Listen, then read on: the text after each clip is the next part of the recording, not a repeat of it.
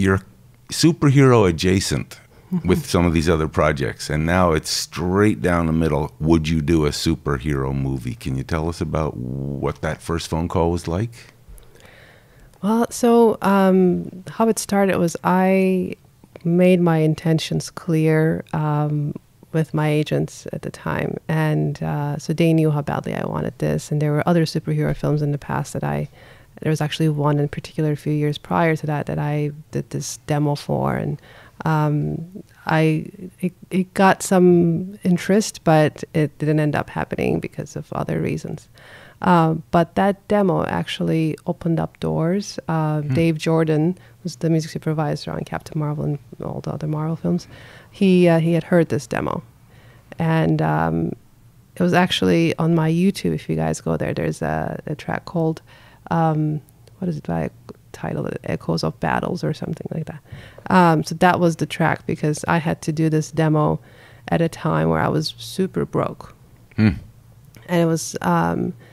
And Richard, my agent, he was like, "You got to do a video. You have to do something different."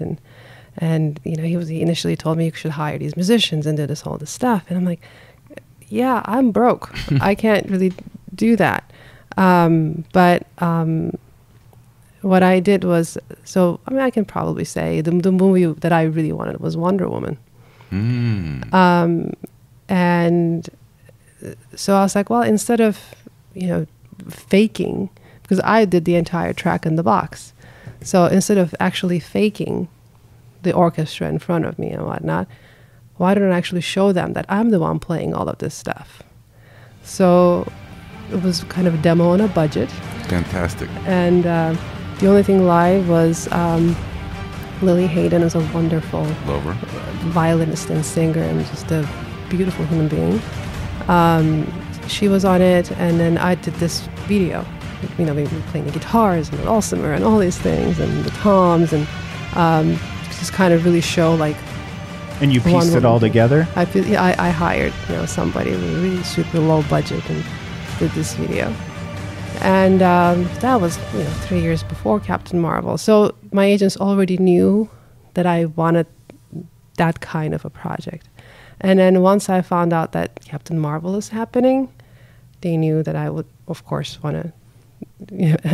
Do something demo for it. And so I got the call that I had a shot at auditioning, which to me was, again, it was almost like going back to Behind Enemy Lines 2 back in the day. I was just so happy that somebody was going to listen. Great.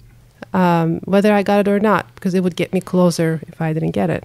Either way. So the good thing now was that I had bit more financial resources than I did 3 years. 3 years before.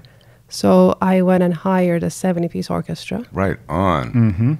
And I conducted the orchestra at Warner Brothers because I wanted them to see two things. Did you film that? So yeah, I hired an EPK crew. Right. And pieces were called Demo 1, Demo 2. Everyone's wondering, this is a big demo. How long did they give you to do it? So they gave me two previous scenes. This was before the film was shot, or actually was still in production, but I had two previous scenes. I went through a month-long Marvel security clearance thing before I could even get on this. And once I got those scenes, I knew what I wanted them to see, both the orchestral side as well as the electronic side. Because I didn't really I had a very small conversation with Ryan, one of our directors, but I didn't really know what they wanted musically. So I just wanted kind of my own approach and see what happens. Yeah. And so I did that. I conducted the orchestra. I made sure that because I wanted them to know that I can handle the orchestra of this size. And the only way to do that is really for them to see me. There's nothing like seeing. Yep. And then I did another video in my studio where it was like a self-audition, like an actor's self-audition tape where I talked to the camera. Because, again, I'm not going to be in the room with Kevin Feige and everybody else at that point, and I wanted them to get a sense of who I am. And so I talked to the camera. I even played the theme on the keyboard and all that. This is awesome. And I just talked about Captain Marvel, what the character meant to me and what I resonated with and all that.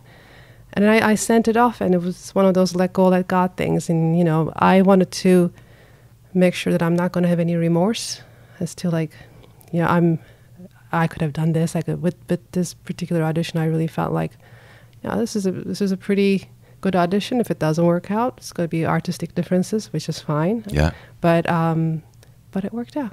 What was that call like when you got it? Oh, I literally lost feelings of my knees. I just collapsed on the floor. Where were you at home? I was at home. I bet you remember that. Oh, I remember it. Second by second. It was just probably, it's a magical call. It was amazing. It was Dave Jordan that called me.